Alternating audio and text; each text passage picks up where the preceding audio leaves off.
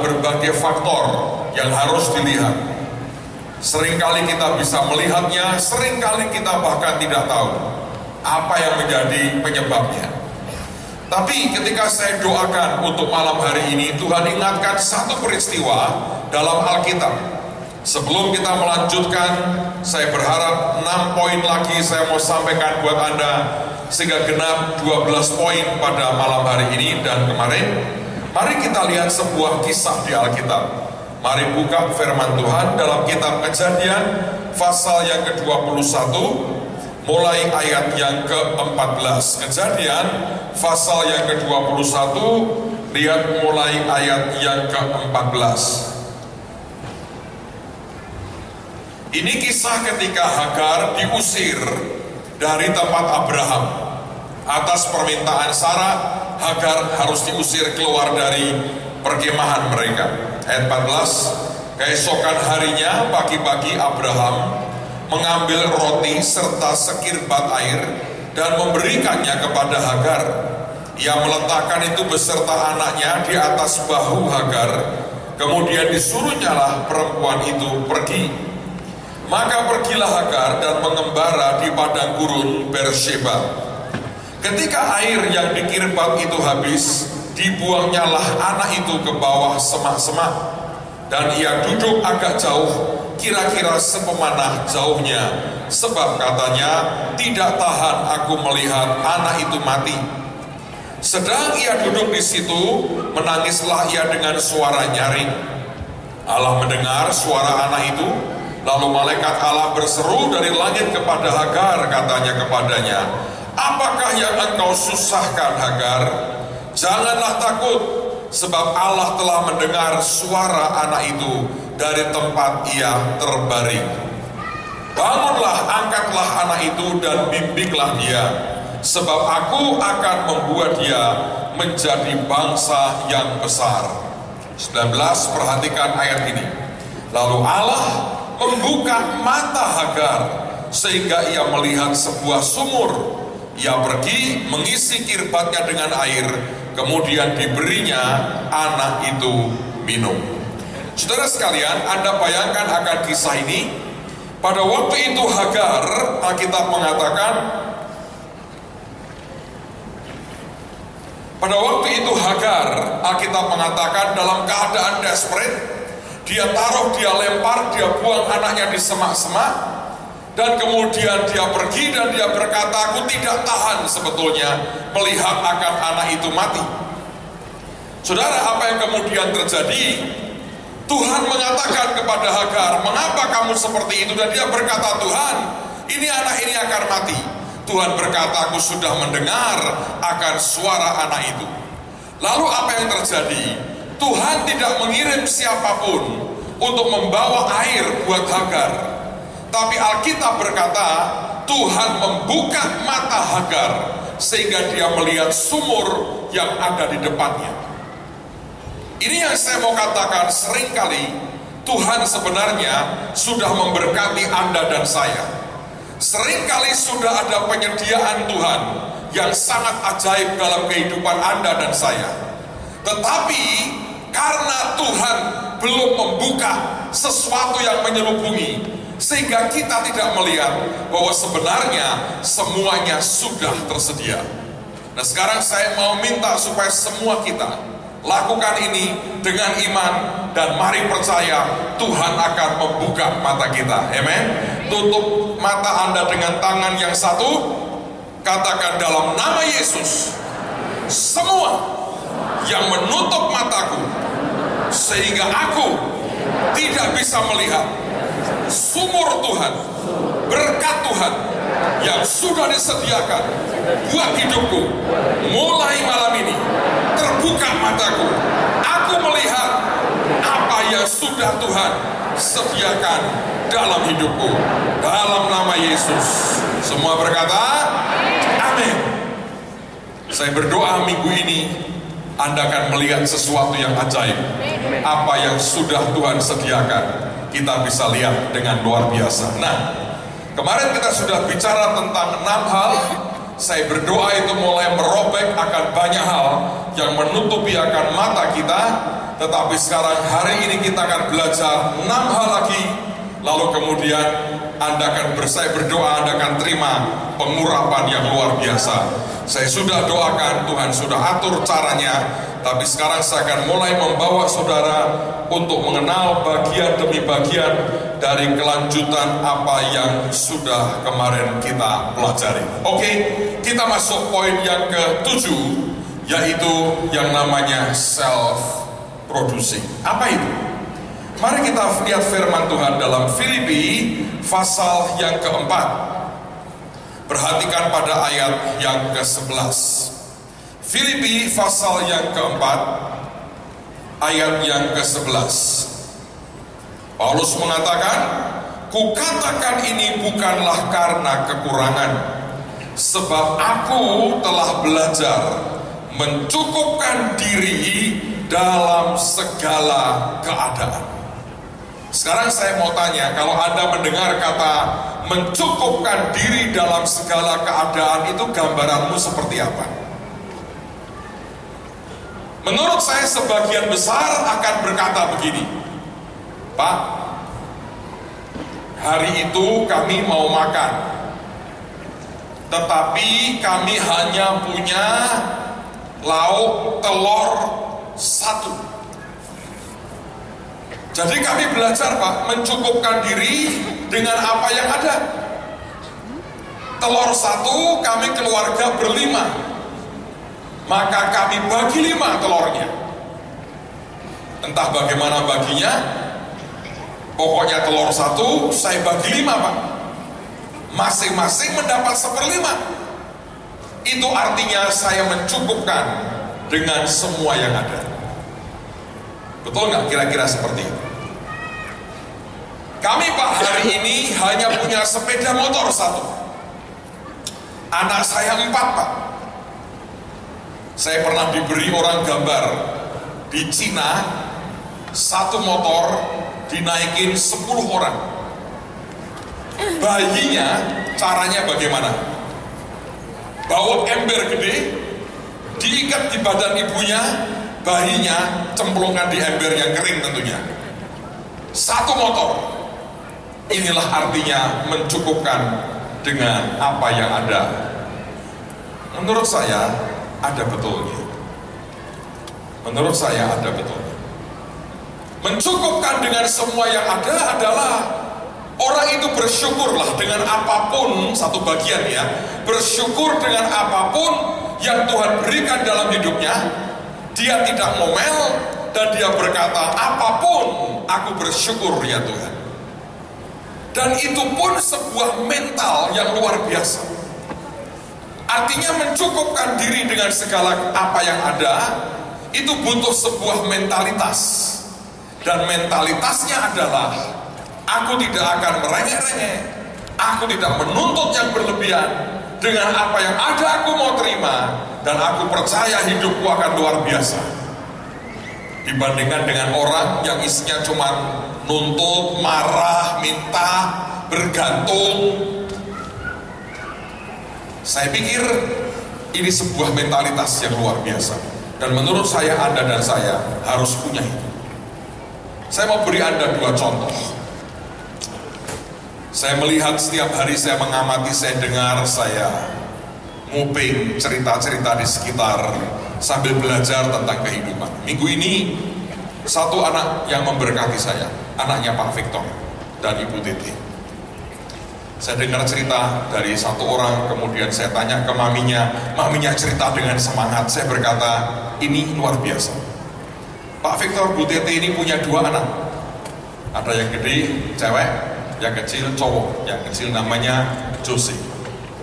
Jose ini dari SD, dia mau daftar di terbang SMP IP, betul ya? Dari SD, dia mau ke IP. Nah, saudara tahu bahwa itu harus melewati tes. Anak ini ikut tes. Yang saya bahagia adalah, dia bukan orang yang hobinya memanfaatkan posisi bapak ibunya. Kalau anak ini tidak punya tanggung jawab, dia berkata gini, buat apa aku tes? Mami ngomong aja sama Pak Hengki, sama Om Hengki. nanti kan diatur, aku pasti diterima. Itu mental gawat, saudara. Anda cuma nebeng orang tuamu, tapi engkau tidak punya akar sendiri. Anak ini hebat, ikut tes. Nah, begitu dia selesai ikut tes, apa yang terjadi? Dia pulang, dia ngomong ke papinya.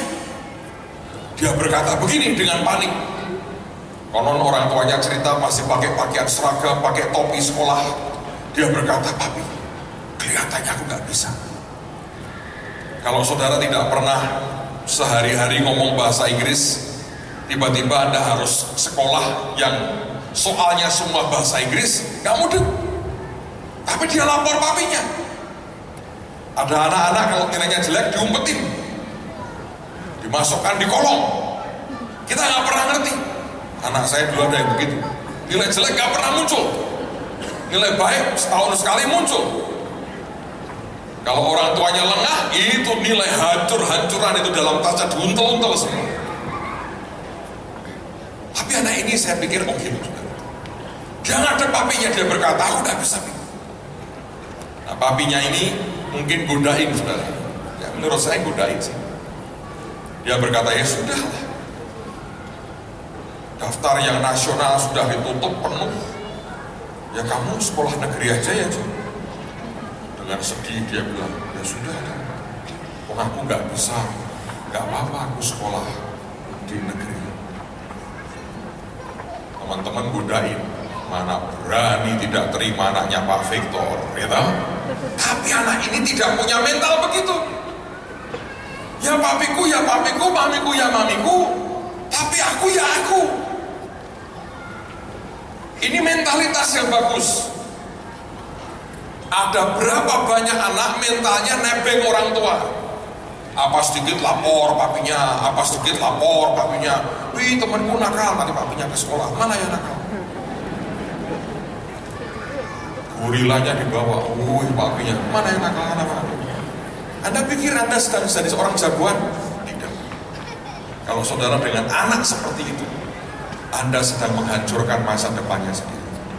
Sebab mentalitas kerajaan Tuhan bukan begitu. Ada konsekuensinya. Lalu kemudian pada hari di mana itu pengumuman, nah hari itu katanya seharian dia stres. Topi gak dilepas, seragam gak dilepas. Perpisahan dengan seragam terbang. Dia sudah berpikir sekolah negeri. Tapi ketika dia stres, menurut saya itu sebuah tanggung jawab. Dia bisa berkata gini, santai, itu urusan orang tuaku. Yang penting nanti aku beres pasti diterima. Gak mungkin dong anak Pak Victor gak diterima di terbang. Tapi di pikirannya gak muncul itu. Saudara jangan berharap kalau Anda punya anak yang selalu hanya bangga dengan orang tuanya dan tidak punya akar sendiri, dia adalah orang yang oke. Sebab dia dalam bahaya. Nah, apa yang kemudian terjadi? Hari pengumuman, orang tuanya lupa bahwa hari itu hari pengumuman. Sore-sore ngomong ke maminya, "Mami, ini kan pengumuman." Waduh, sudah sore, Senin aja ya. Akhirnya maminya tanya itu, maminya di depan itu, nanti kalau Anda mau interview lebih detail tanya pada beliau, karena ada sebuah istilah bagus yang muncul dan menurut saya ini bagus sekali. Akhirnya dia telepon dan dia bilang, saya minta ngerti nilai anakku seperti apa. Saudara, Anda harus mengerti di pendidikan itu dari dulu zaman saya sekolah juga sama. Nilai itu bukan hasil ulanganmu semata-mata. Tapi guru itu melihat dari berbagai sudut sih. Ya toh, tekadnya, kemauannya, modal dasarnya itu semua dihitung sama dia. Jadi bukan sekedar Anda soal 10 salah 3, 7 pasti hanya 7, belum tentu saudara. Kalau kemudian tulisannya kayak bahasa Ibrani nggak bisa dibaca begitu ya mungkin dikurangi. Tapi kalau mungkin tulisannya rapi semuanya oke, ditambahi, itu kan subjektivitas guru. Tapi Pasti ada ilmu untuk mengukur kemampuan anak-anak itu. Nah, akhirnya maminya lihat akan daftarnya, wah gawat. Terus kemudian ngomong sama anaknya, Yusuf, nilaimu itu kok nolongin nilai semua ini. Ini istilah bagus, saudara. Camkan, nilai entut semua. Tapi kemudian dia dapat berita, anaknya diterima. Dan dia ngomong, tapi puji Tuhan, nilai entut semua, tapi kamu diterima. Dan saya dengar anaknya lompat-lompat, hore, nilai entut, diterima. Nilai entut diterima. Orang-orang berkata, oh ya jelas anaknya Pak Victor, siapa yang berani? Saya bilang, tidak. Karena setelah itu, menurut saya guru itu tidak salah terima anak itu. Dia les. Tanya mami, rajin, dia mau kejar ketinggalannya. Saya yakin dia bisa jadi juara yang luar biasa. Nilai entut tapi luar biasa. Amen, saudara. Daripada Anda dapat anak-anak pinter, tapi mentalnya, mami, papi, itu entut, mental entut, saudara. Anda boleh punya nilai entut hari ini, mentalmu mental raja, Anda akan jadi juara. Amen, saudara. Orang boleh berkata, dia apa-apa, tenang, nilai entut bisa masuk dan juara. Sebab itu bukan hanya di sini, semua itu main di sini. Nangkep, saudara. Alkitab berkata, aku belajar mencukupkan dengan semua yang ada. Ya aku punya berapa, itu aku akan syukuri. Beberapa bulan yang lalu, saya masih ingat pada waktu itu kami lagi berdoa, Tuhan bicara, dia berkata, sudah waktunya anakmu menikah. Saya ngomong sama Kesha, saya ngomong sama Erik, kalian sudah waktunya menikah. Dalam proses persiapan itu, saudara, saya ngomong ke anak saya. Ya anak saya ini dari kecil suka pelayanan. Dari kecil saya sering ajak kemana-mana pelayanan. Hatinya buat Tuhan, dia melayani Tuhan. Dari kecil hobinya soal make up. Dulu saya masih ingat yang didandani itu Samuel, lipstick ini. Waktu kecil, masih kecil.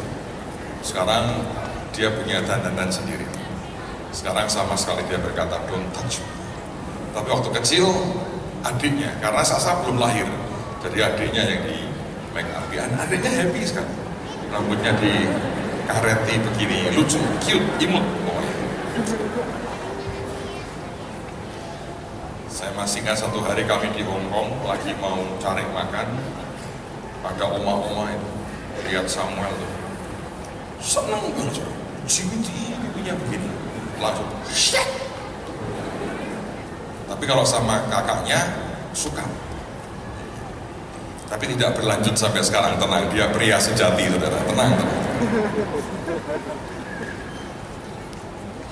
Tadi siang saya diajak teman-teman, Pak, makan di Jakarta ada kepiting enak Pak. Kepiting apa? Kepiting banci. Itu kepiting. Jadi saya ngomong sama anak saya, Tuhan suruh kalian menikah. Dan saya berkata begini, tanggung jawab menurut aku, saya bilang, adalah tanggung jawabnya papi. Urusan menikah tanggung jawabnya orang tua. Terima sumbangan itu bolehmu, tidak usah bayar apa-apa. Karena ini orang tua. Yang lebih tua, yang lebih di atas memberkati yang di bawah. Ada orang tua mikirnya kuali, kawin ya, sing ngirit sumbangannya agak-agak. Nah itu roto, itu bukan Yahudi. Itu pedalaman mana saya nggak tahu. Terus saya ajak ngomong dia, saya bilang gini, Kesha, kita mau model seperti apa, tergantung maunya kita seperti apa. Tapi saya ngomong gini, kita mesti itu yang namanya pendapat Tuhan. Saya bilang gini, kita tidak boleh menghambur-hamburkan uang yang sebetulnya tidak perlu. Aku tahu ini akan tetap butuh dana besar dengan segala macam tetek bengek. Tapi mari berdoa buat angka yang Tuhan suka. Akhirnya kami sembahyang. Dan akhirnya kita sepakat dengan satu angka yang kami merasa ini masih oke. Dan teman-teman saya yang nebak berapa yang saya keluarkan waktu mereka menikah, sebetulnya mereka menebak 4-5 kali dari jumlah yang real yang sebetulnya kami keluarkan. Tidak di sini saya buka rahasianya, tapi minimal kalau mereka nebak itu 4-5 kali dari apa yang real yang sebetulnya dikeluarkan. Saudara, saya melihat orang bisa begitu, enggak, aku mau mewah, aku mau ini, aku mau ini, aku mau ini, aku mau ini. Tapi kita mesti belajar mencukupkan dengan apa yang ada. Seandainya Anda punya limpah sekalipun, itu ukurannya Anda mesti ngerti, dengerin suara Tuhan, nuranimu harus kau biarkan bicara, Roh Kudus apalagi. Sehingga ketika Anda merasa tidak punya, Anda tahu beriman bagaimana, waktu Anda sepertinya berkata, berapapun aku percaya Tuhan akan memberi, Anda tidak keluarkan. Subjektivitasnya manusia kita ditekan, dan kita belajar tanya Tuhan dalam segala sesuatu. Nanti hasilnya luar biasa. Dan kemudian saya ngomong sama anak saya, oke, sepakat ya angka sekian. Jangan geser. Turun boleh, naik tidak boleh. Sebab kalau kamu biarkan itu naik itu besar dikit, tapi kali sekian masalah. Mari percaya Tuhan akan memberkati. Kami berdoa, berkata Tuhan, kami tahu dari apa yang kami doakan, Rohmu berkata kurang lebih sekian. Saya hadapkan ke Tuhan. Saya hanya berkata, Tuhan, Engkau yang perintahkan mereka menikah. Ibu Nani pernah membuatin mereka, pernikahanmu itu adalah kado atau gift, pemberian dari Tuhan untuk kalian, untuk semua pengorbananmu dalam pelayanan. Saya berkata, Tuhan, Engkau yang berkata ini akan jadi gift. Saya hadapkan ke Tuhan, hitungan kami Tuhan kira-kira akan segitu. Saudara, saya tidak mendengar Tuhan bicara ya dan tidak, tapi dari doa saya ngerenungin banyak, saya tahu Tuhan berkata, aku tidak pernah ingkar janji. Kalau Anda mau tahu, ini cara mencukupkan dengan segala sesuatu. Karena saya berkata begini, yang tidak boleh adalah pesta. Kita harus tentukan semua dalam kewajaran, normal aja. Memang diundang semua, memang penuh, karena itu akan tetap kosong. Tapi saya berkata, kita tidak boleh hambur-hamburkan untuk hal-hal yang tidak penting. Saya bersyukur mereka ini hebat. Semua yang tidak penting dekat. Tidak mudah, saudara. Tidak mudah. Karena semua orang akan berkata, ini terbaik, ini terbaik, ini terbaik. Sebetulnya apa yang terbaik? Yang terbaik adalah kalau kita bisa ngerti hatinya. Dan semua berkat yang Tuhan beri, tidak kita hambur-hamburkan. Saya bersaksi buat saudara, beberapa saat sebelum saat pernikahan dan sebelum saat dimana kita mesti bayar semua, ada orang hubungi saya, dia berkata, Pak mau mantu ya? Ya. Yang pertama ya Pak? Ya. Wah pasti mahal dong Pak, ini orang jago mancing. Wah pasti akan miliatan Pak, begini-begini apa yang saya bilang. Terus saya cerita ke dia, ngawurlah kalau buang-buang duit begitu.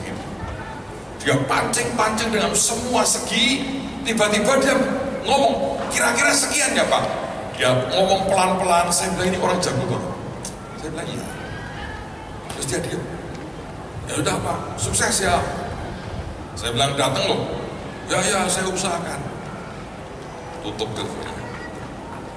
Beberapa hari kemudian dia telepon saya. Pak, Tuhan suruh saya beresin semua kebutuhan itu. Saya kirim duitnya. Dan Tuhan yang bayar semua. Bapaknya cuma berkata, haleluya. selesai. Apa yang terjadi? Sampai hari ini anak ini mandiri, tidak pernah dia datang, aku mau jadi full time gereja. Dia berkata, aku mau berjuang dengan Tuhan. Sekarang dia buka bridal, dia make up dan sebagainya, bla bla bla. Saya lihat dia punya talenta ajaib. Saya bilang, jalanlah dengan Tuhan. Belajar setiap pergumulan kamu lewati dengan Tuhan. Seperti Jose itu. Mungkin Anda berkata, ya itu karena anaknya Pak Victor. Bukan. Ini soal nilai entok, tapi berhasil. Dan setelah itu dia les terus, belajar. Saya bilang, anak seperti ini tanggung jawabnya luar biasa. Dia mandiri dan dia konsumsi. Seharian tidak dilepas seragamnya. Menurut saya Tuhan itu menghargai anak dan hati yang seperti ini. So saya berdoa, semua kita tahu apa artinya mencukupkan dalam segala hal. Tetapi ada satu hal yang menarik, saudara. Kalau Anda membaca dalam New King James, dikatakan begini, not that I speak in regard to need, for I have learned in whatever state I am to be content.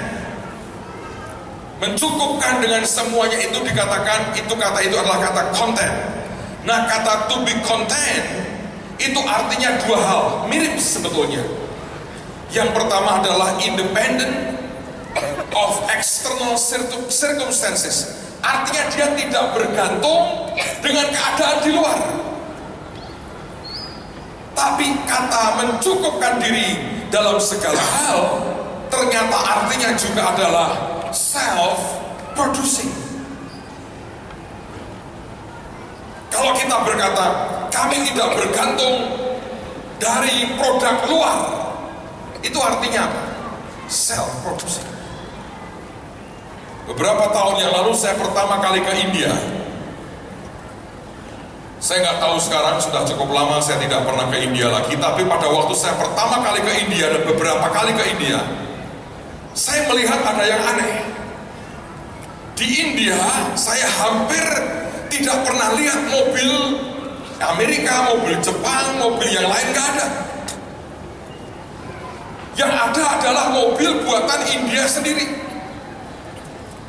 Bagus nggak Pak? Enggak. Sejujurnya kalah. Tapi saya tanya dengan orang India, mengapa tidak ada mobil asing? Dia berkata ada sih. Tapi kami bertekad memproduksi sendiri semua kebutuhan kami. Itu self-producing.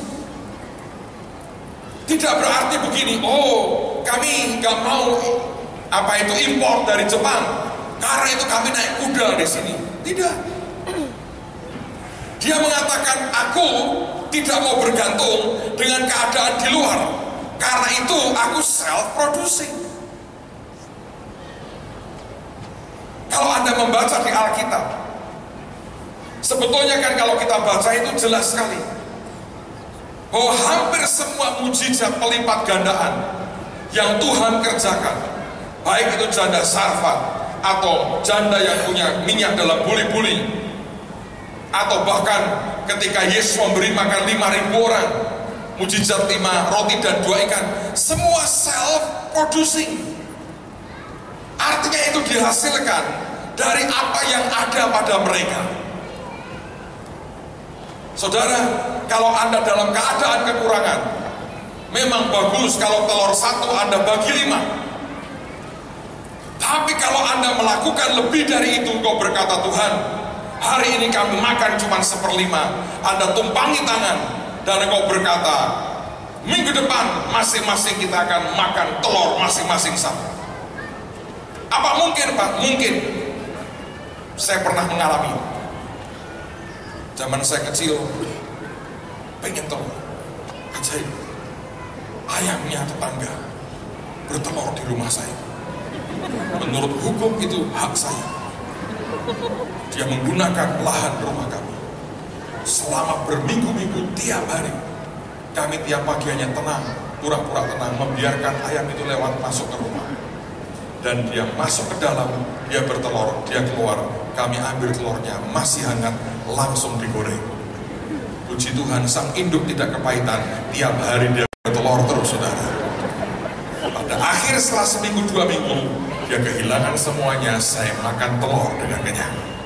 Saya beritahu saudara, Tuhan bisa buat mujizat dengan cara apa? Anda tahu ada seorang ibu, ini cerita nyata, true story. Satu hari dia mau makan, dan dia tidak punya lauk. Dia datang ke Tuhan, mencukupkan diri dengan apa yang ada, artinya ya makanlah tanpa lauk.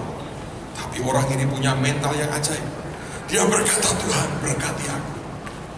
Anda tahu apa yang terjadi? Ada kucing ambil ikan dari tetangga, lompat masuk ke dalam dapurnya. Begitu dia berdoa, dia berkata, Tuhan, kucingnya kaget, ikan ditinggal, kucingnya kabur. Selesai berdoa, dia ke dapur, tergeletaklah ikan yang siap digoreng. Dan hari itu dia makan ikan goreng. Apakah dia mencuri? Tidak. Yang masuk neraka kucingnya bukan dia, tapi itu hasil doanya. Ini true story. Mencukupkan dengan apa yang ada. Satu sisi memang mentalmu berkata, aku tidak akan ngomel, aku akan belajar mengerti hatinya Tuhan, aku akan bergantung ke Tuhan. Tapi sisi yang lain artinya self-producing. Satu hari Tuhan Yesus ditagih pajak bait Allah, dan Tuhan berkata kepada Petrus, kamu pergilah nangkap ikan. Ikan pertama yang kau tangkap, buka mulutnya, dan kamu akan temukan koin duit di situ. Petrus melakukannya, dan dia temukan koin, dan Tuhan berkata, bayar buat aku dan buat kamu. Apa itu? Self-producing. Rasul Paulus adalah orang yang dalam pelayanannya, dia juga menerima support persembahan dari jemaat. Apa yang membuat dia juga jadi pembuat kemah, tent maker? Itu prinsip yang namanya self-producing. Saudara, kalau kita tidak mengerti ini masalah besar. Saya berdoa Anda memahami. Pak, dari mana dasarnya sebetulnya? Izinkan saya cerita. Dan cerita ini mengubah hidup saya sampai dengan hari ini. Saya berdoa itu masuk di rohmu dan mengubah kehidupan Anda. Satu hari, Pak Yusak Cipto itu di Surabaya.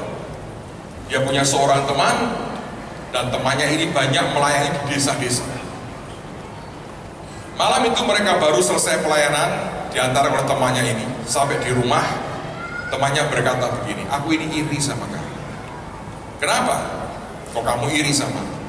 Kamu tinggal di kota besar, kamu tinggal di Bandung, tetapi dia berkata, kamu khotbahnya di kota-kota. Persembahanmu cukup dong buat hidupmu. Nah, aku ini beda. Aku tinggal di Surabaya, khotbah di desa-desa, gereja-gereja kecil yang persembahannya hanya Rp1.000.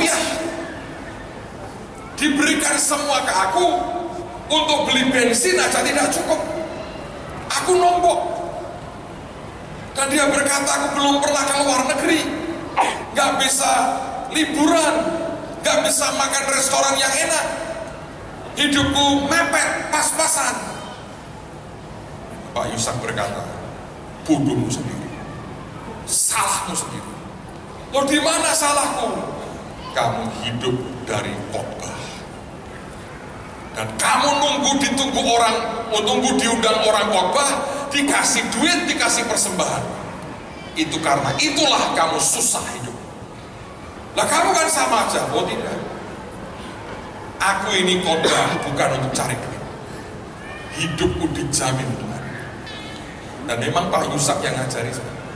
Kalau kamu terima duit, kamu tanya Tuhan itu untuk siapa? Karena belum tentu itu untuk kamu. Dan itu membekas di hati saya sampai hari ini. Jadi sebuah prinsip. Saya bilang saya tidak akan diundang khotbah orang hanya karena saya ingin duit. Tidak. Saya berkata, Tuhan, hidupku dalam jaminan Tuhan. Saya melihatnya, beliau pensiun, maaf nih, seperti orang pensiun, berhenti nginjil, berhenti keliling, hidupnya diberkati luar biasa. Saya ngerti dalam sekian tahun itu jauh lebih besar daripada waktu beliau muter ke Indonesia, seluruh Indonesia. Tapi saya lihat tidak semua seperti itu. Ada orang-orang yang sangat susah pada waktu semuanya sepertinya selesai. Anda dengan Tuhan harus punya iman yang self-producing antara Anda dengan Tuhan sendiri. Hidupmu tidak bergantung dari pekerjaan, dari bisnis, dari toko, dari kerjaan apapun. Hidupmu karena pemeliharaan Tuhan yang ajaib dalam hidupmu. Itu namanya self-producing. Yang mengerti katakan amin. Amin. Oke, sekarang kita masuk yang berikutnya. Yang nomor 13, 8. Oh 13. Di dalam bahasa Ibrani ada hal yang aneh. Kata wealth, kata kekayaan itu, kalau dibaca backward, kan mereka dari kanan ke kiri. Kalau Anda balik backward, kata sebaliknya itu bukan miskin, tapi jahat, evil. Sedangkan kata sampah, kalau Anda backward, super, bukan Superman, ini gambaran aja, super. Sekarang kan banyak jagoan-jagoan hebat, Superman, Batman, apalagi ya Spiderman, yang man begitu, super. Apa yang kita bisa pelajari? Waktu saya lihat ini, saya bilang Tuhan ini ajaib sekali. Apa yang sebetulnya kita bisa pelajari dari kenyataan seperti ini? Saudara, yang pertama, mari bahas yang ini dulu. Mengapa kebalikan daripada namanya kekayaan itu kejahatan? Satu, kalau cinta akan uang melekat di hatimu, memang itu akar segala kejahatan. Tetapi menurut saya juga ada pengertian ini. Sebenarnya Tuhan ingin semua kita dalam kelimpahan. Yesus berkata, aku datang memberi hidup dan hidup dalam segala kelimpahan. Pak, kalau tidak limpah kenapa sepertinya jahat? Orang miskin itu bukan jahat. Tapi kalau Anda hidup dalam keadaan kemiskinan, dalam keadaan miskin, itu bisa sangat dekat dengan apapun yang jahat. Saya beri contoh. Berapa banyak orang mengeluh dan berkata begini, Pak, saya ini sudah melayani, saya sudah khotbah, tiap pagi jam 3 saya bangun, saya doa puasa seminggu 2 kali. Puasa apa Pak? Terus puasa apapun tak coba, puasa Daniel, puasa Esther, puasa segala macam. Terus kemudian apa lagi? Saya baca Alkitab Pak, tiap hari 5 pasal. Terus saya nyanyi paduan suara, walaupun suara saya fals, saya pokoknya ikut-ikutan. Saya ini, saya itu, saya keluar kota Pak, saya masuk ke desa, saya nginjil. Tapi Pak, kok nyatanya hidup saya cuma kayak begini. Anda sedang menyalahkan siapa? Yang kau salahkan adalah Tuhan. Jahatnya itu. Seringkali kita lupa bahwa Tuhan tidak pernah salah. Apapun yang salah dari pihak kita, walaupun kita belum tahu. Tapi orang yang hidupnya dalam berkat Tuhan, hampir-hampir saya nggak pernah dengar dia mengatakan, kenapa saya begini? Nggak pernah.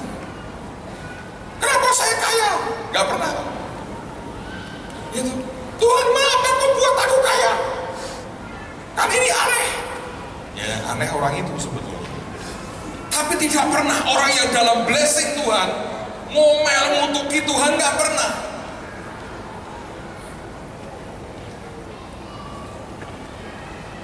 Dan itu saya sudah dengar berulang-ulang dimanapun saya datang ketika ada orang susah, selalu begitu.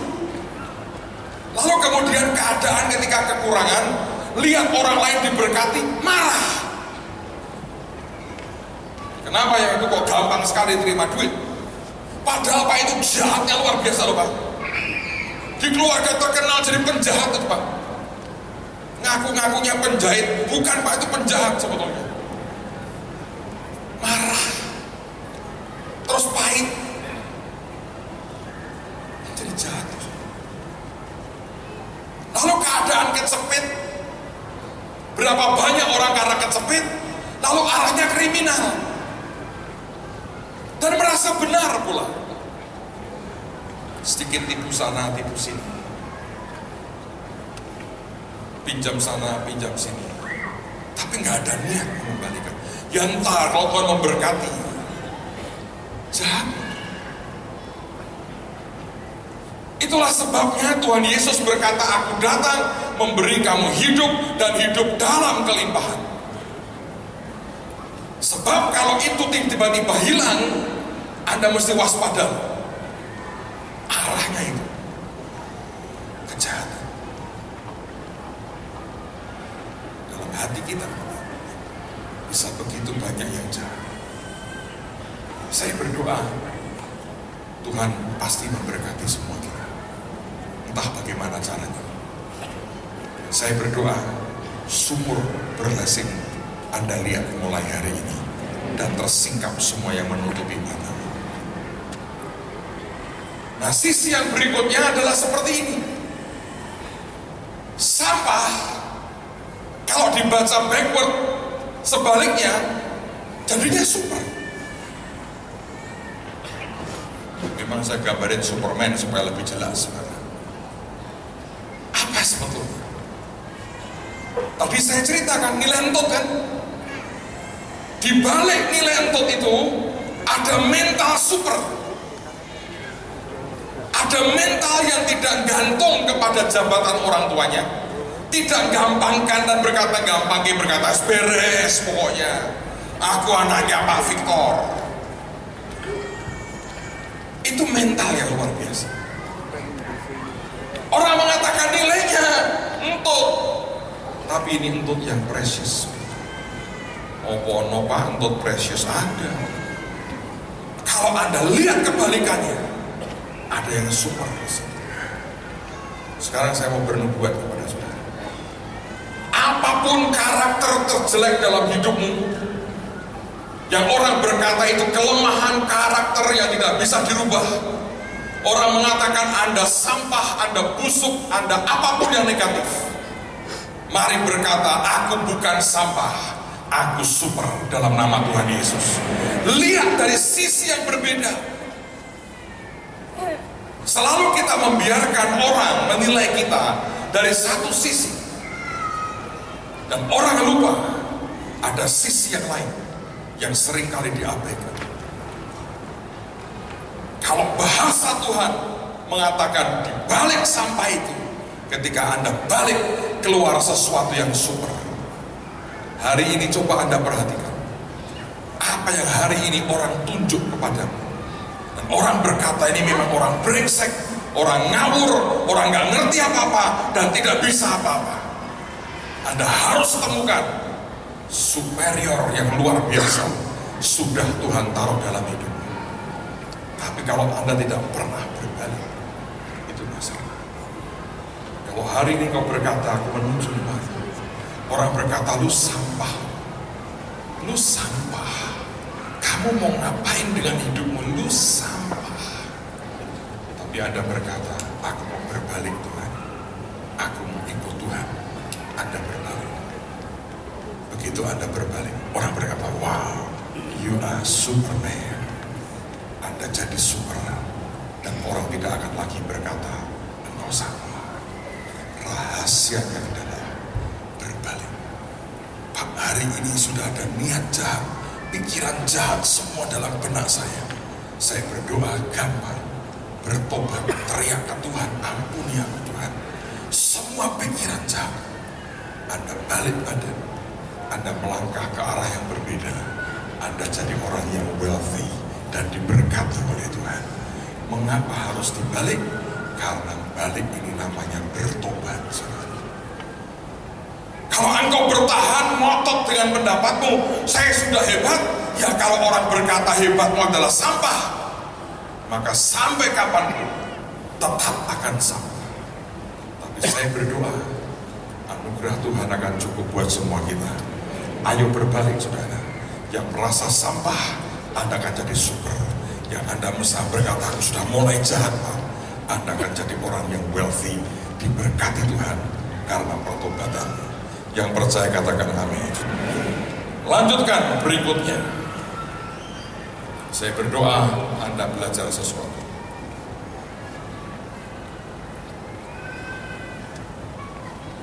Saudara, ada hal yang menarik di sini. Kata bisnis profesional atau orang bisnis yang profesional, itu orang Yahudi punya istilah yaitu omen. Kata omen itu sebetulnya artinya man of faith. Aneh kan? Saya berkali-kali mendengar orang bisnis itu beda dengan pendeta. Bisnis ya bisnis. Nah, man of faith siapa? Oh, itu pendeta, orang yang beriman. Nanti hari Minggu ya, saya mau putar film klip saudara, bagaimana orang mati dibangkitkan. Anda akan lihat seru sekali. Siapa yang mendoakan? Ya seorang hamba Tuhan. Maka orang berkata, oh dia man of faith, orang yang sangat beriman. Siapa itu pendeta? Dia yang ngajar soal iman, dia praktek iman, dia banyak kesaksian, dia man of faith. Nah, aku ini pedagang, aku kerja, aku punya toko, aku punya karier, kerja apapun lah namanya, aku bukan man of faith. Aneh. Itu bahasa Ibraninya persis sama, omen. Antara seorang bisnis profesional dengan man of faith yang orang berkata ini hanya untuk hamba Tuhan full timer. Gak ada bedanya. Terus gimana Pak? Semua ayat yang Anda baca, semua kebenaran yang Anda baca, itu bukan hanya berlaku di dalam gedung gereja, tapi dia akan penetrate kepada masyarakat pada umumnya. Anda bisa kuasai dunia oleh karena kebenaran firman Tuhan. Sebaliknya kalau saudara adalah berkata, saya seorang pedagang, Anda harus jadi man of faith. Ada orang membedakan, Anda boleh kerja ini pendeta begini. Sekarang saya mau tanya, menurut saudara Habel itu pengusaha atau pendeta? Habel yang adiknya Kain itu, coba Anda pikir. Oh pendeta Pak, jemaatnya piro? Kebaktiannya jam berapa? Siapa ngangkat dia jadi pendeta? Dia penggembala domba. Bahasa sekarang ini, dia peternak, bisnisnya ternak domba. Tapi Alkitab mengatakan karena iman, Habel dan persembahannya diterima oleh Tuhan. Man of faith. Dia bukan pendeta. Karena nggak ada bedanya. Mungkin fungsinya beda, karunianya beda. Saya nikmati karunia yang Tuhan berikan ke saya, Anda nikmati karunia yang Tuhan berikan kepada Anda. Tapi kalau engkau berkata saya seorang bisnis Pak profesional, bagus. Bahasa Tuhannya adalah man of faith. Sekarang saya mau tanya, Nuh itu pendeta atau bukan pendeta? Oh pendeta Pak. Nah itu pendeta kurang laku. Yang jemaat, yang kebaktian jemaatnya cuma istrinya 3 orang, anaknya 3 orang, mantunya. Dari dulu kan Nabi dan istrinya 3 orang, anaknya 3 orang, mantunya semua belum punya anak, masuk dalam bahtera. Dia man of faith. Bahteranya landing, apa yang dia kerjakan? Dia nyembah Tuhan, dia nanam anggur. Nah itu memang minumnya kebablasan, mungkin belum kenal saudara. Minum, mabuk tenang gitu saudara. Mabuk. Lagu itu ciptaannya Pak Victor sebetulnya. Tapi itu nilainya bukan nilai top, itu nilai bagus bener lagu itu. Nyanyikan di seluruh dunia. Mau. Anda lihat, saya mau tanya, Abraham itu pendeta atau bukan? Ishak itu pendeta atau bukan? Yakub, Yusuf, Daud, Salomo, Daniel, Sadrak, Mesah, Abednego, Ratu Esther, Mordekai. Anda sebut semuanya. Orang berkata itu man of faith. Business profession. Jangan pernah mau dikacau oleh apa-apa. Kalau Anda melakukan bisnis kerjaan sehari-hari, itulah saatnya firman jadi kenyataan dan kehidupan dalam hidup.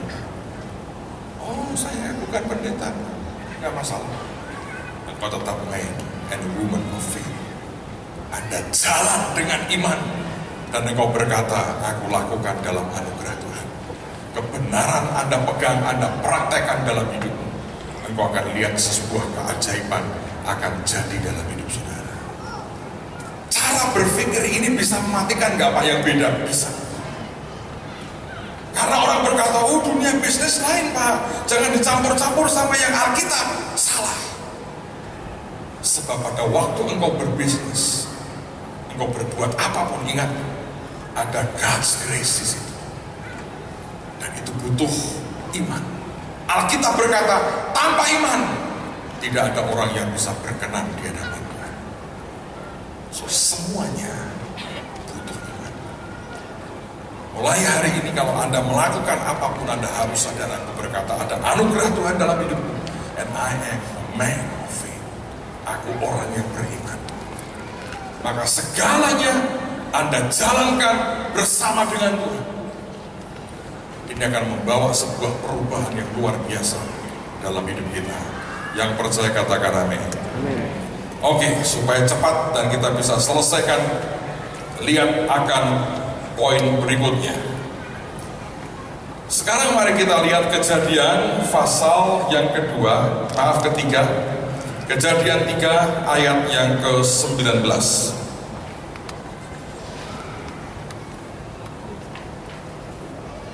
Ada satu ayat yang ajaib sekali.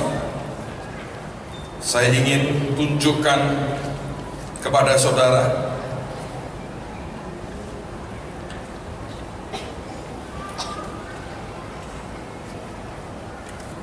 Inilah sebuah perkataan kutukan, tapi tidak semuanya ini kutukan, saudara. Tapi ada perubahan.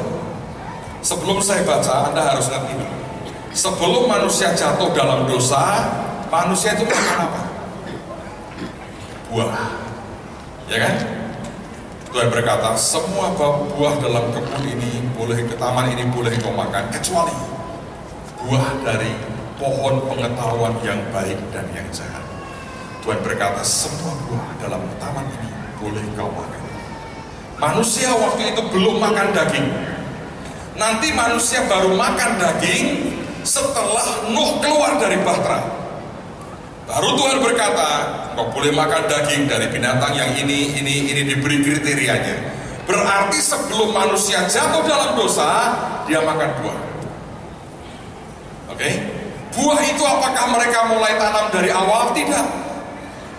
Adam dan Hawa dipasrai Taman Eden dengan semua buahnya, sudah jadi semua. Dia tinggal memelihara, mengusahakan, merawat taman itu. Tidak lebih dari itu, cuma dirawat aja. Maka alam memberi mereka makanan dengan sendirinya. Nah, setelah manusia berdosa, ini perkataan Tuhan. Kejadian pasal 3 ayat 19. Dengan berpeluh engkau akan mencari makananmu. Ada garis bawahi. Sampai engkau kembali lagi menjadi tanah.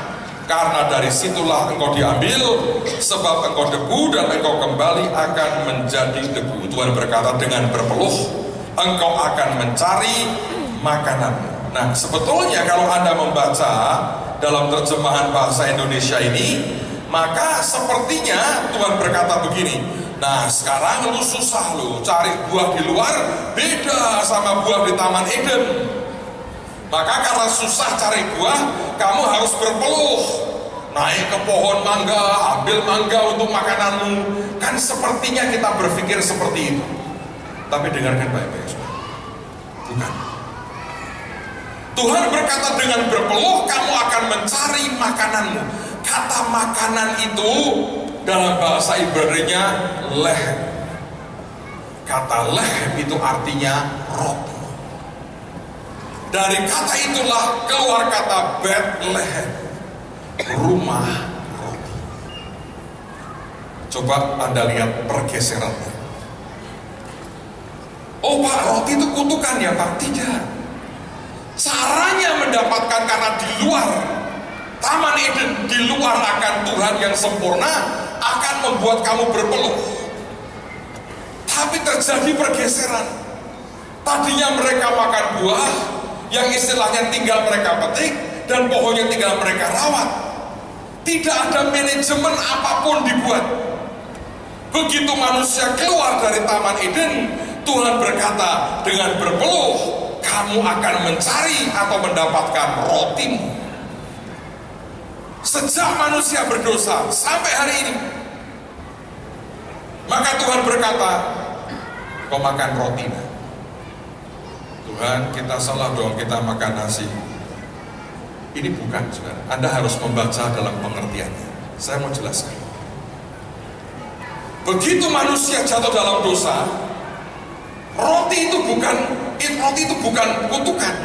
Karena Yesus sendiri berkata, akulah roti hidup. Kalau roti itu kutukan, wah makan roti ini terkutuk dong Pak. Enggak. Kasihan yang punya pabrik roti. Tapi itu bahasa Alkitab. Teman-teman koperasi membuat roti, saudara. Tanya Bu Foni. Itu Alkitabiah ternyata. Roti. Nah, sekarang saya mau jelasin Anda. Pak, ini apa? Dengerin ini pengertiannya supaya Anda mengerti. Untuk orang berhasil, supaya Anda bisa nikmati makanan ini, konsekuensinya itu ada. Kalau Anda makan buah, Anda tinggal petik, Anda makan. Tapi untuk membuat roti, apa yang Tuhan berikan dalam hidupmu harus kau sentuh. Karena untuk Anda bisa menghasilkan roti, Anda nggak bisa berkata gini, oke Tuhan, hari ini aku makan roti. Nggak bisa. Bayangkan Adam dan Hawa makan roti, dia berkata, harus seperti apa? Yang pertama dia buat, dia harus cari tanah untuk lahan pertaniannya, perkebunannya. Lalu kemudian dia harus garap tanah itu, dia cangkuli tanah itu. Kemudian dia airi tanah itu. Lalu dia perlu bibit yang baik, benih yang baik, dan dia taburi tanah itu. Itu kan proses semua. Setelah ditaburi, kemudian ditunggu. Iklimnya harus tepat, cuacanya harus tepat. Air yang dibutuhkan terus diberi, sampai kemudian gandumnya mulai naik. Dia tunggu sekian bulan, kemudian dia harus panen. Setelah panen dia harus punya gudang atau lumbung. Dan dari lumbung itu dia harus mulai tampi, dikerjakan, dikupas kulitnya dengan segala cara. Lalu dia dapatkan bertih-bertih gandum, dia mulai tumbuh jadi tepung. Dan dari tepung dia harus olah, dikasih segala macam. Pertama saya tahu pasti bantat gak bisa. Lama-lama orang belajar, ditambahi telur, tambahi segala macam. Kemudian diolah. Setelah itu harus dibakar sampai jadi roti, baru mereka makan. Ada nangkep kan? Yang tadinya mereka hanya ambil buah, mereka makan, selesai. Dia pelihara tanamannya, selesai.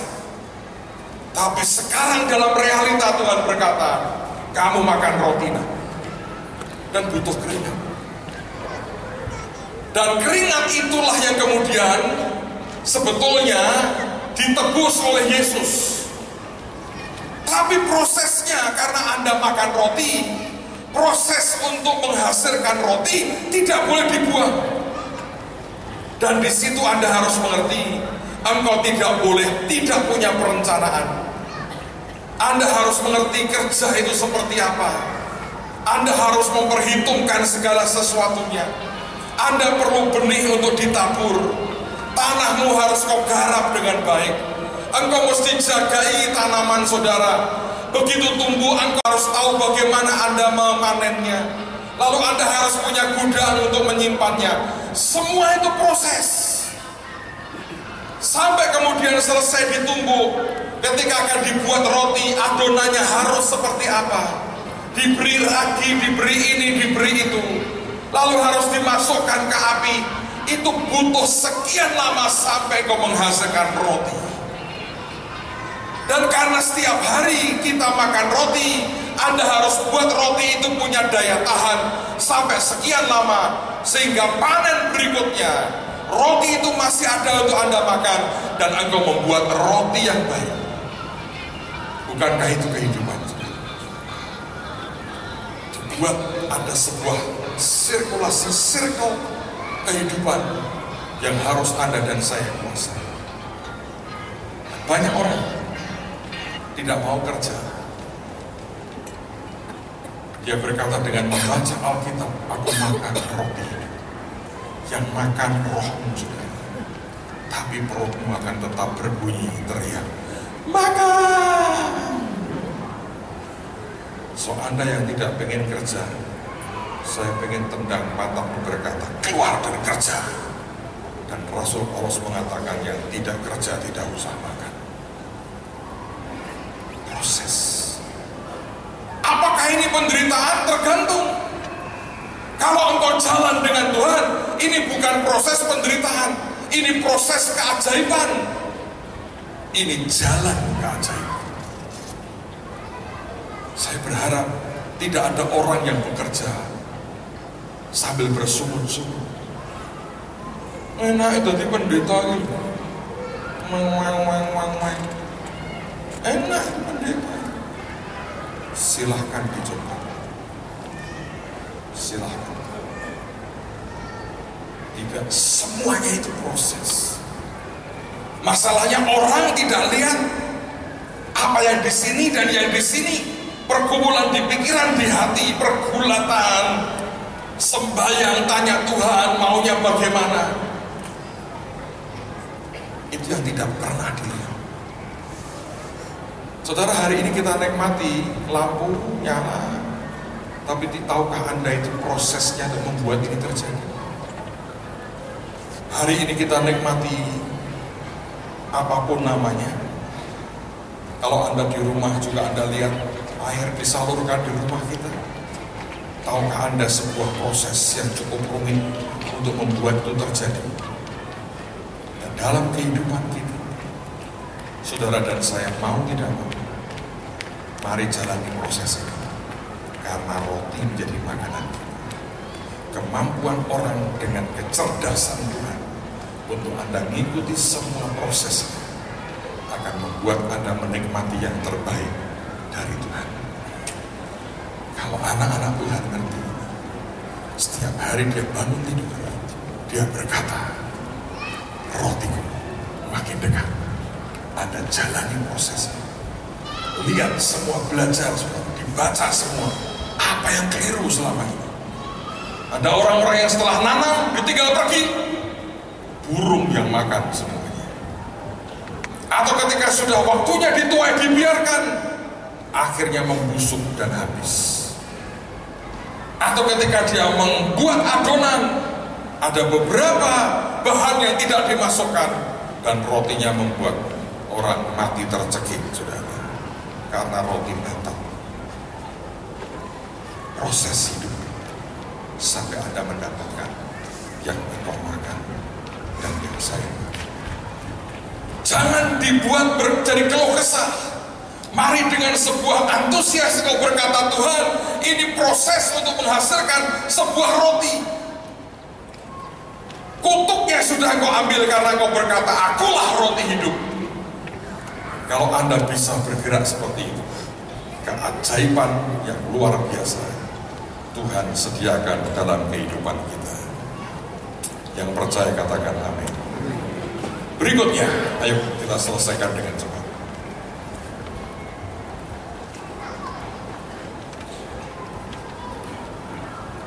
Anda harus tahu bedanya antara jala, net, dan spider web. Terkenal mana? Terkenal ini, WWW. Katanya teman-teman sepupu kita itu apa? Wassalamualaikum warahmatullahi wabarakatuh. Kata mereka bangga sekali, terkenal WWW. Apa bedanya? Ini jala dan ini jaring laba-laba. Saudara, Tuhan Yesus berkata, jadikan semua bangsa muridku, semua bangsa. Saudara, Anda tahu tidak? Perintah itu sebetulnya konsekuensinya banyak. Konsekuensinya adalah Tuhan mau berkata, semua bangsa muridku, pergilah ke seluruh dunia, jadikan semua bangsa muridku. Saudara, engkau tidak bisa tinggal sendirian, mengisolasi dirimu. Engkau harus pergi melangkah keluar. Tahun lalu sudah kita lakukan dengan ajaib. Sebetulnya Tuhan mau berkata begini, kalau kamu ke seluruh dunia, bersentuhan dengan banyak bangsa, dan kamu buat namanya jejaring, networking, jejaring. Engkau akan jadi penjala ikan yang luar biasa, penjala manusia yang dahsyat. Tapi ada orang yang punya jejaringnya seperti ini, sarang laba-laba. Di mana Pak bedanya? Di sini orang saling menguatkan dan relationship-nya menghasilkan sesuatu yang dahsyat. Di sini kalau orang masuk dia terjerat, nyaris tidak bisa pergi lagi, dan dia akan dibelit oleh si laba-laba dan dibiarkan sampai membusuk, kemudian disedot oleh laba-laba dan mati kering tak berdaya. Yang pertama, coba belajar, dengerin, coba belajar mengevaluasi sekitarmu itu net atau web. Sekitarmu itu membuat engkau jalan dalam kekuatan, menghasilkan jiwa-jiwa, meraih semua yang terbaik dari Tuhan, atau membuat engkau terperangkap dan engkau tidak berdaya. Anda sedang bergaul dengan siapa hari-hari ini? Kalau engkau membiarkan dirimu masuk di sini, Anda hanya tunggu untuk dihabisi. Dan biasanya di sini orang nggak bisa, keluar nggak bisa, nggak berdaya. Saya lihat orang-orang yang bergabung dalam sebuah lingkungan yang salah, dia nggak bisa keluar. Otaknya sadar aku salah, dia nggak bisa melangkah, dan akhirnya pelan-pelan dia mati. Tapi kalau di sini makin lama makin kuat, dibersihkan setiap pagi, malam, kerja lagi, dan hasilnya luar biasa, robek, jahit kembali. Dan ini yang sebetulnya membuat perbedaan. Saudara, saya mau ajari Anda sesuatu. Seringkali sekarang ini orang dulu berkata gini, nomor satu harus IQ. Lalu orang berkata, bukan IQ, emosi, bukan intelek, emosi. Mana spiritual, yang rohani. Tapi terakhir orang berkata, salah satu sebetulnya kontribusi untuk sebuah kekayaan adalah namanya communication quotient, kemampuan berkomunikasi. Ini tidak bisa dari tua langsung Anda belajar. Sebetulnya itu didikan dari bawah. Kemampuan berkomunikasi. kemampuan itu akan menghasilkan networking yang ajaib. Orang yang tidak punya kemampuan dalam berkomunikasi, sepinter apapun, Anda menghasilkan apapun kerjaanmu di lab, kalau tidak ada orang yang punya kemampuan berkomunikasi dan menjual kepada yang lain, seperti kemarin, Anda boleh punya tangan yang skillful, tapi kaki tidak ada untuk membawa barangmu ke market, tidak ada gunanya.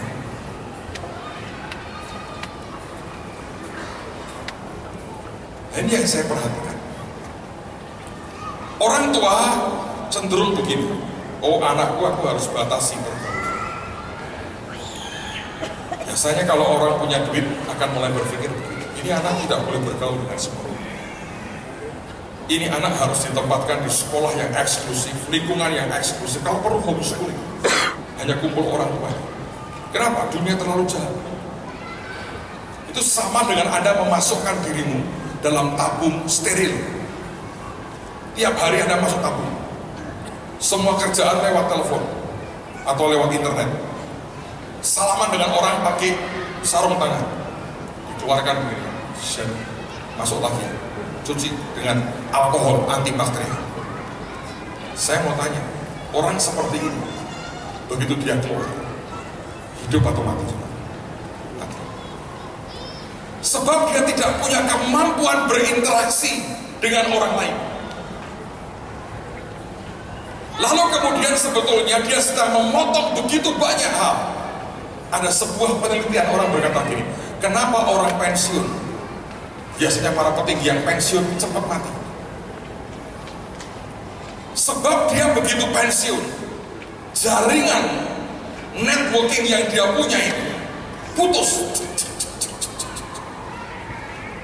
Semua yang dulu menghadap soal ke dia tidak ada. Dan tiba-tiba lonely di dalam. Jiwanya kena. Dan dia sakit. Orang mengatakan post power syndrome. Sebetulnya bukan hanya post power. Kalau dia nggak punya power pun, dengan dia menarik diri, dia berhenti berinteraksi, dia terputus dari banyak. Saudara, kegembiraan kita bukan ketika Anda nonton TV yang lucu, Anda ketawa-ketawa sendiri. Kegembiraan terbaik orang adalah ketika bersentuhan dengan orang lain. Di beberapa rumah sakit di barat pernah dibuat survei. Orang dengan sakit yang sama. Yang satu murni diberi obat, yang kedua diberi sentuhan. Didoakan, dipegang oleh susternya dan keluarganya. Yang terima sentuhan orang lain lebih cepat sembuh dan pulih. Manusia itu bukan robot, saudara. Ada banyak hal yang kompleks dalam kehidupan kita. Yang jelas Tuhan pernah berkata, tidak baik kalau manusia itu seorang diri saja. Itu tidak hanya berkaitan dengan soal jodoh dan kawin, tapi soal kompleksnya manusia. Sampai orang mengatakan kita ini makhluk sosial.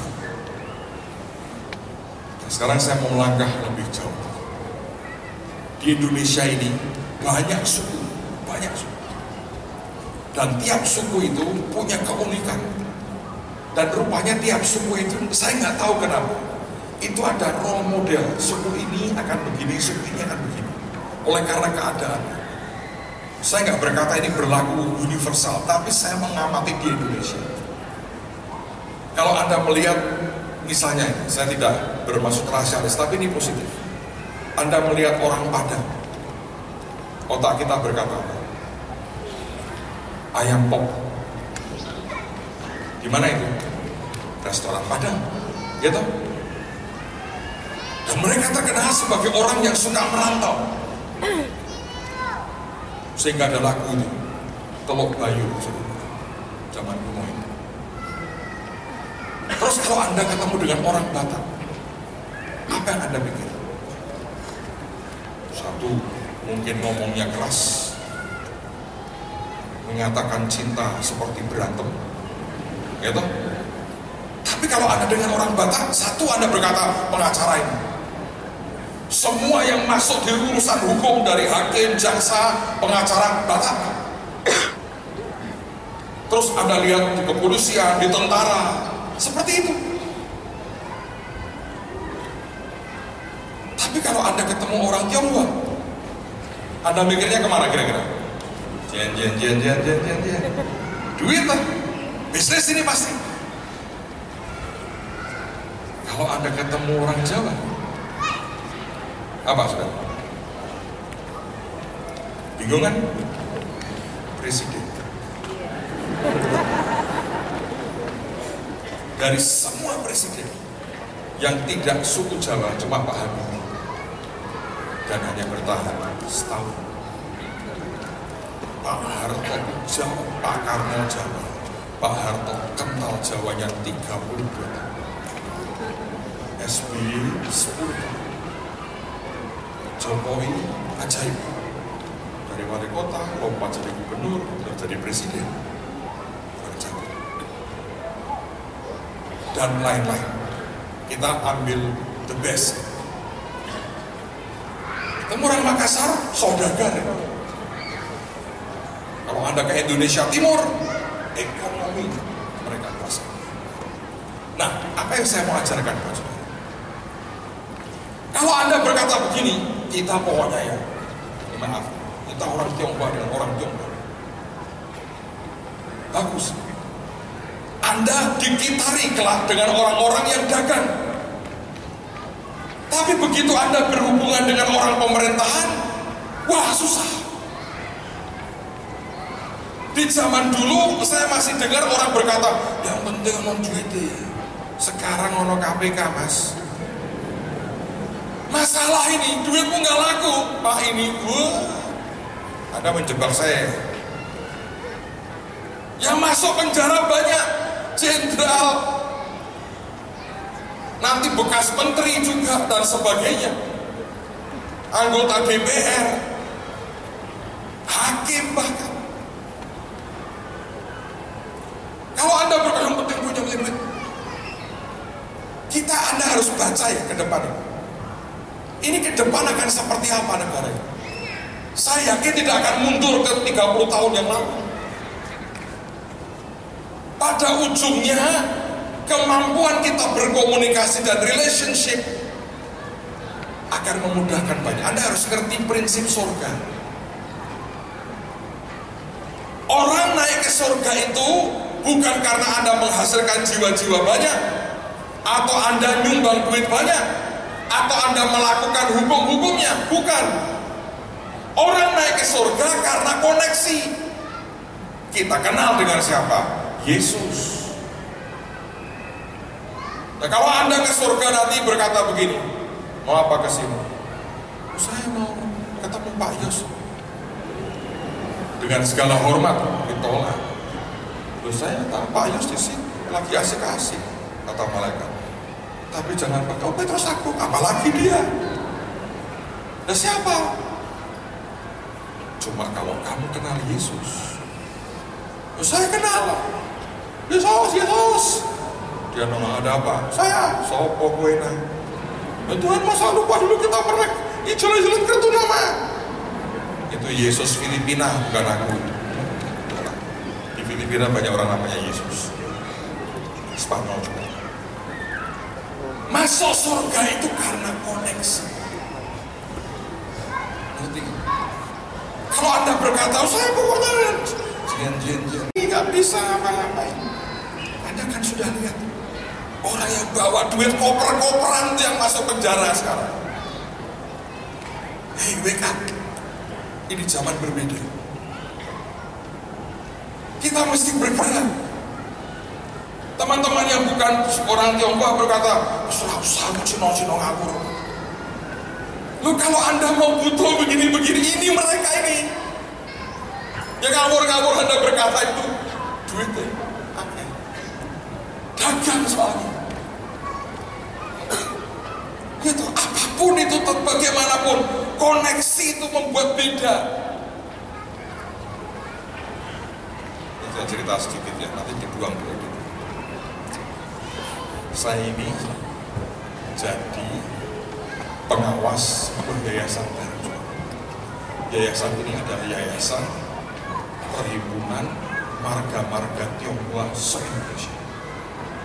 Itu dari yang Chinese beneran sampai peranakan yang sudah campuran Cino tapi Hitachi, hitam tapi Cina itu masuk. Peranakan kan banyak, ngaku Cino punya nama Chinese tapi mengerti ini Jian, Cia, itu yang lain nggak tahu. Jadi begitu ngomongnya juga boleh kota nggak karuan. Ini mau dibuat. Saya kemarin diceritain itu yang pembina dan pendirinya itu konglomerat juga. Saya nggak mau nyebut nama nggak ini. Tapi mereka juga butuh banyak pengawas. Saya bilang, Pak Pendeta mau nggak jadi pengawas? Kerjanya apa? Yang ngawasi toh. Oh, pengawas itu nggak ada kerjaannya sebetulnya sudah. Cuma nempel nama. Saya bilang, ikut. Saya bilang. Jadi mungkin setahun sekali, 2 tahun sekali nggak tahu sudah. Bapak mau ngapain? Ya saya hanya mau buat ini kok. Ya serius. Saya mau buat ini. Ini bukan keagamaan, bukan politik, enggak apa-apa. Friendship. Karena Anda tidak pernah ngerti kapan satu hari Anda dibutuhkan atau Anda membutuhkan.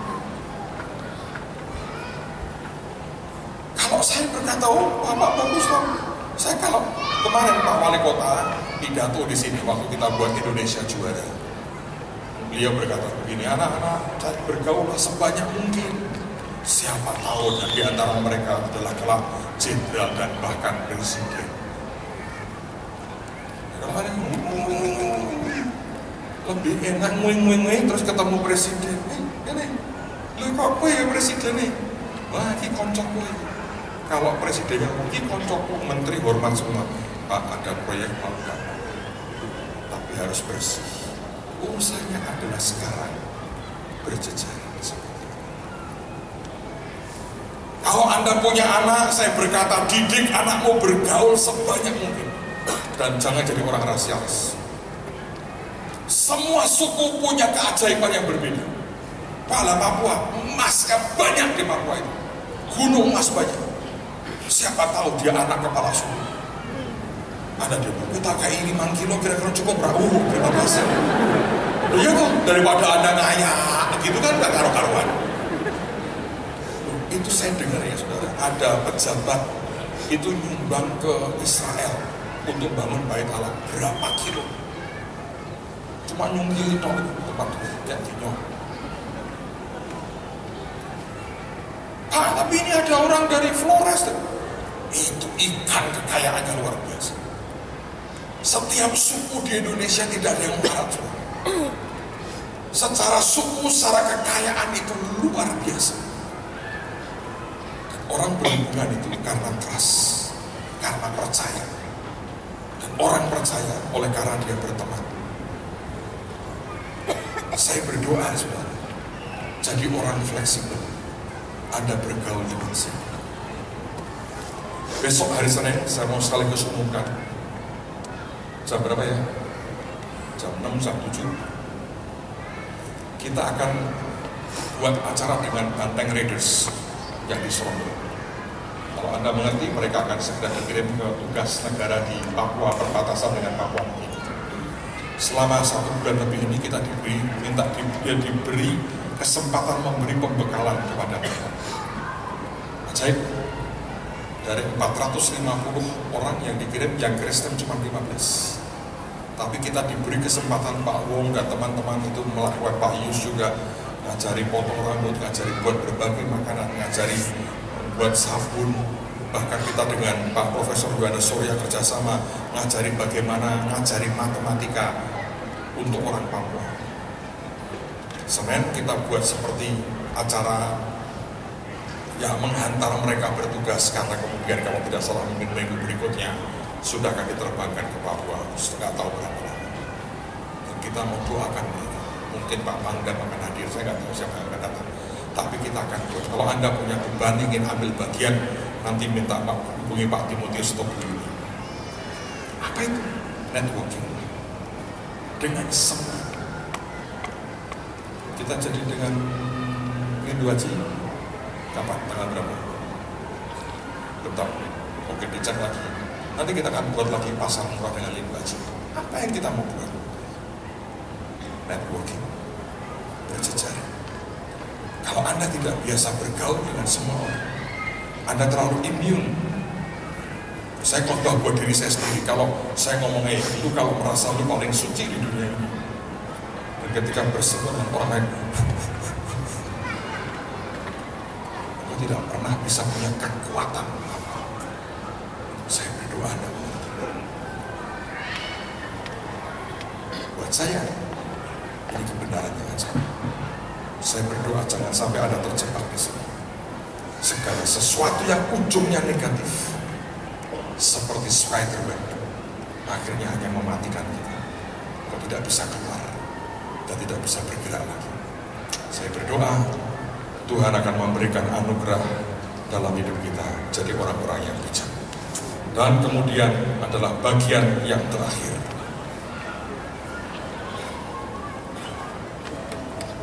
Saya mau ajak Anda membaca dulu ayatnya, lalu saya akan jelaskan sesuatu yang menarik di sini, dan kita akan selesai, lalu Anda akan diurapi. Mari kita buka dulu dalam kitab Hakim-Hakim.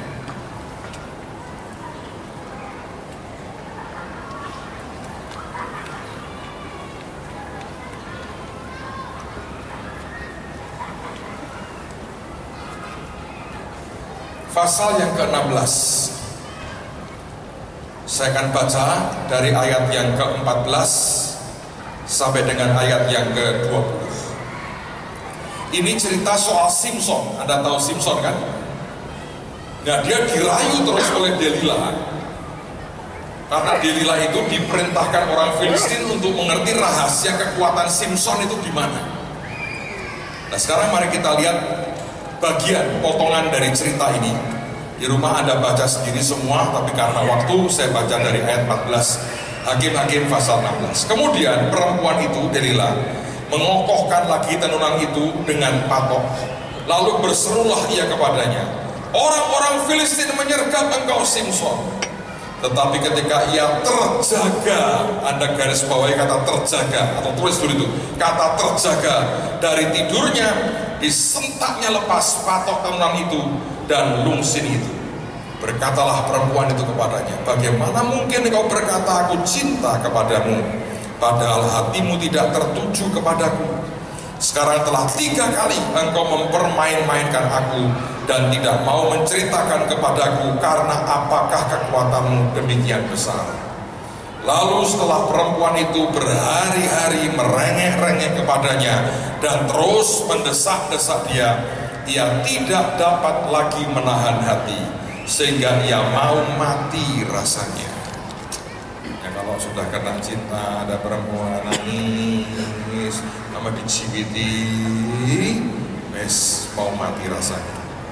Maka diceritakannya kepadanya segala isi hatinya, katanya, kepalaku tidak pernah kena pisau cukur, sebab sejak dari kandungan ibuku, aku ini seorang nazir Allah. Itu hamba yang dikhususkan bagi Tuhan. Jika kepalaku dicukur, maka kekuatanku akan lenyap daripadaku, dan aku menjadi lemah dan sama seperti orang-orang lain. Ketika dilihat Delila bahwa segala isi hatinya telah diceritakannya kepadanya, disuruhnyalah memanggil raja-raja kota orang Filistin, katanya, sekali ini lagi datanglah kemari, sebab ia telah menceritakan segala isi hatinya kepadaku. Lalu datanglah raja-raja kota orang Filistin itu kepadanya sambil membawa uang itu. Sesudah itu dibujuknya Simson tidur di pangkuannya. Lalu dipanggilnya seorang dan disuruhnya mencukur ketujuh rambut jalinnya, sehingga mulailah Simson ditundukkan oleh perempuan itu, sebab kekuatannya telah lenyap daripadanya. Lalu berserulah perempuan itu, orang Filistin menyergap engkau Simson. Maka terjagalah ia dari tidurnya. Anda garis bawahi kata terjaga. Maka terjagalah ia dari tidurnya, serta katanya, seperti yang sudah-sudah, aku akan bebas dan akan meronta lepas. Tetapi tidaklah diketahuinya bahwa Tuhan telah meninggalkan dia. Orang Filistin itu menangkap dia, mencungkil kedua matanya, dan membawanya ke Gaza. Di situ ia dibelenggu dengan 2 rantai tembaga, dan pekerjaannya di penjara ialah menggiling. Nah, apa yang berbeda? Saya mau tunjukkan di Hakim-Hakim 16 ayat 14 ada kata terjagalah. Dan di pasal yang sama ayat yang ke-20 juga ada kata terjagalah. Saya diberitahu Pak Stefanus, saya berkata saya bukan ahli bahasa. Beliau lebih hebat. Dia mengatakan ini bunyinya adalah waikat. Yang ini juga terjagalah adalah waikat. Tapi di mana bedanya? Dengerin saudara. Kalau Anda membaca di ayat yang ke-14, bedanya apa dengan ayat 20? Ada satu kata yaitu yod yang hilang. Kalau Anda perhatikan, yang di garis gambar hijau ini, di ayat 20 tidak ada. Tapi kalau dibaca tetap waikat, artinya apa? Terjaga. Tapi satu huruf itu hilang. Ini terjaga sebelum dia memutuskan covenant-nya dengan Tuhan, dengan membongkar rahasia dan membiarkan karena itu kemudian rambutnya dicukur. Tuhan punya perjanjian dengan Simson. Kamu tidak boleh kena pisau cukur rambutmu karena engkau nasir Allah. Dan selama itu dirayu berkali-kali oleh Delila, dia tipu terus. Selama dia tidak break the covenant. Ketika dia terjaga, kalau Anda lihat yok di sini masih ada. Waikat artinya dia terjaga. Tapi kalau Anda lihat yang bagian hijau ini double, masih ada. Tapi kemudian dia dirayu, dia tidak tahan, seperti mau mati. Akhirnya dia cerita semua. Dan Delila melakukan itu karena uang. Dicukur rambutnya 7 jalinan potong. Delila teriak lagi, orang Filistin datang Simson, dan dia berkata, seperti yang sudah-sudah. Dia terjaga. Dan kata itu sama, waikat. Tapi kalau Anda lihat, ada satu yang hilang. Dan kata yod itu menunjuk apa sebetulnya? Coba tunjukkan gambar yang terakhir. Yod itu gambaran tangan. Dan sebelum dia break the covenants, dia punya 2.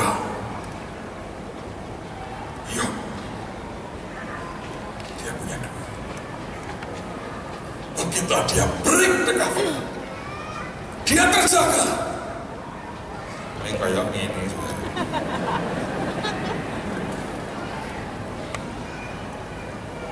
Anda ngerti bedanya? Selama dia dalam covenant dengan Tuhan, Tuhan berkata, kekuatan tanganmu ada padamu. Itu yang membuat dia bisa menjebol gerbang kota Gaza dan dia pindahkan. Itu yang membuat dia bisa melawan singa. Dia robek mulut singa dan singa itu mati. Itu yang membuat dia dengan rahang keledai membunuh begitu banyak orang Filistin. Dan dia ditakuti oleh raja-raja dari Filistin. Sebab ada yod, God's hand, ada pada dia. Tapi dia membiarkan dirinya dibujuk, dirayu, tangisan, jiliti dirinya. Dia cerita dia nggak tahan. Dan ketika dia buka rahasia, dia membongkar rahasia Tuhan dengan dia. Dan apa yang terjadi, saudara? Dipotong rambutnya. Di ayat yang ke-20 dikatakan Simson terjaga. Tapi dia sudah cuma punya ini. Anda ngerti beda? Hidupmu dan hidup saya.